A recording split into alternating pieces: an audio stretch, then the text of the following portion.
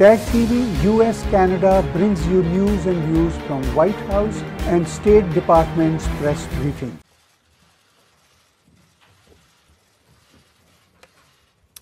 Good afternoon, everyone. Happy Thanksgiving. I want to touch on 5 topics today. First, the United States today sanctioned an international network that the Iranian regime and Russia are using to provide millions of barrels of oil to the Assad regime. This is in exchange for the movement of hundreds of millions of dollars to the IRGC Quds Force. That money is then passed on to terrorist organizations like Hezbollah and Hamas. The United States, in its continued efforts, will not allow these dirty dealings to flourish.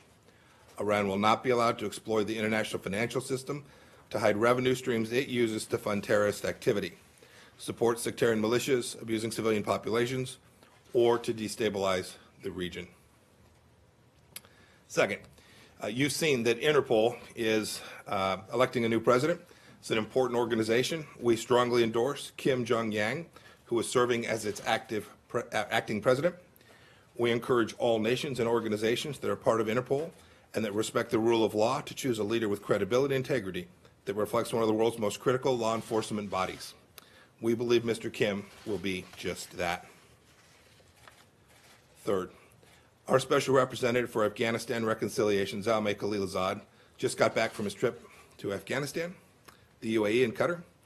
Ambassador Khalilzad's first and last stop was Kabul, where he met with President Ghani, Chief Executive Abdullah, and other Afghan stakeholders to facilitate a peace process between the government of Afghanistan and the Taliban. During his visit to Kabul, Ambassador Khalilzad met with men and women active in Afghan civil society and peace efforts, members of the media, and other governmental and non-governmental organizations.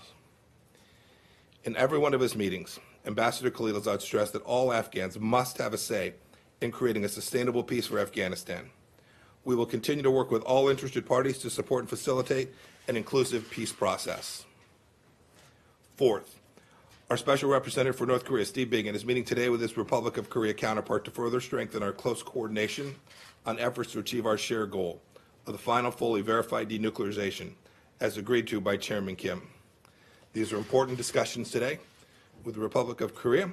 They are discussing ongoing diplomatic efforts, our sustained implementation of UN sanctions, and the inter-Korean cooperation.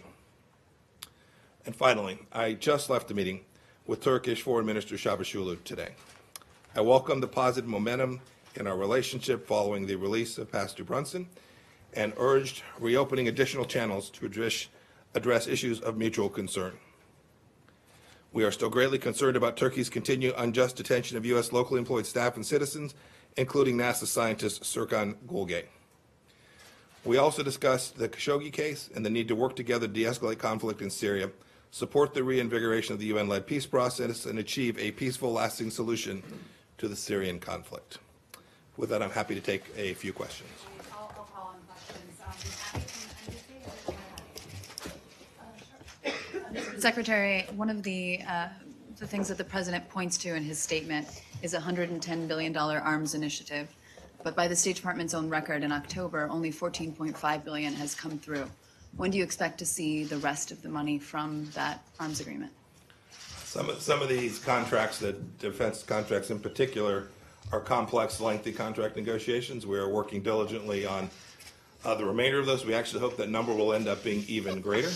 I couldn't tell you when those negotiations will conclude, but we are very hopeful that each of those commitments that the Kingdom of Saudi Arabia made to the United States to purchase equipment will be completed in a timely fashion.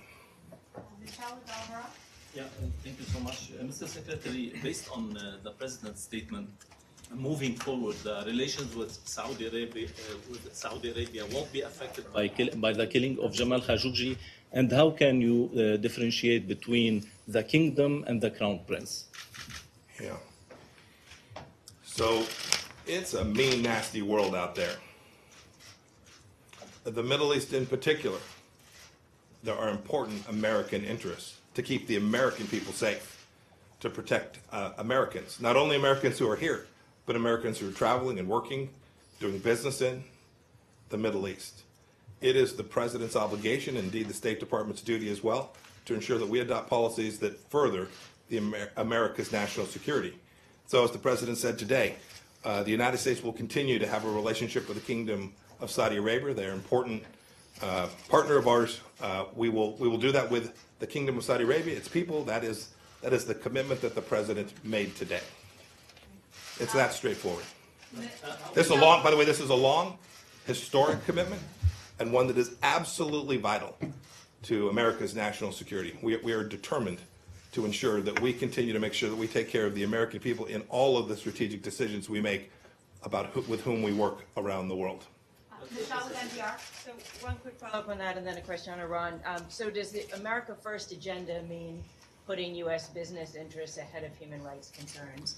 And then on Iran, have you considered any specific actions, specific sanctions to pressure Iran to release the American citizens who are held there? Hey, try taking your second question first. Yep. We are engaged every day, literally every day, in working to return every U.S. citizen who was either wrongfully detained or a hostage somewhere around the world. That certainly includes Bob Levinson and all those that are being held by the Iranian regime. We're determined to get them back. As President Trump has made very clear, we're not going to pay a price for their return, but we're prepared to work with all those who can assist us in getting those Americans returned to their families and returned here to our country. Your other question is best answered by talking about what we have already done. There has been an enormous effort with respect to fact-finding pertaining to the death, the murder of Jamal Khashoggi. A lot of U.S. resources have been devoted to determining the facts to the best of our ability to determine precisely what happened there. The United States took a very strong response. We have sanctioned 17 individuals in connection with that investigation. We are at the same time committed to making sure that we place America's national security interests and all the actions that take place in the context of doing the right thing to make sure that America continues to thrive and grow. And when we do that, the world is better off for it too, and the Middle East is better off as well. Ben from NHK. Yeah, you mentioned Steve Beagan's meeting with his South Korean counterpart. I just wanted to ask, what's the message he's going to be sending as far as what the U.S. government would like to see South Korean government do as far as coordinating their inter-Korean efforts and the denuclearization efforts? So I think there's complete agreement between the South Koreans and us with respect to how this should proceed. We now have a working group that formalizes those processes so that we can be sure that we don't talk past each other, that we don't take an action or the South Koreans don't take an action that the other is unaware of or hasn't had a chance to comment on or provide their thoughts. And that's the purpose of the working group that's being led on our side by Stephen Beagan. We have made clear to the Republic of Korea that we do want to make sure that that peace on the peninsula and the denuclearization of North Korea aren't lagging behind the increase in the amount of interrelationship between the two Koreas. We view them as tandem, as moving forward together. We view them as important parallel processes, and that working group is designed to make sure they continue to remain that way. And a final question, CNN.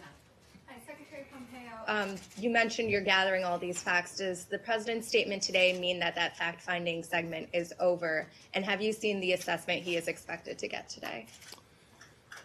I can't comment on intelligence matters.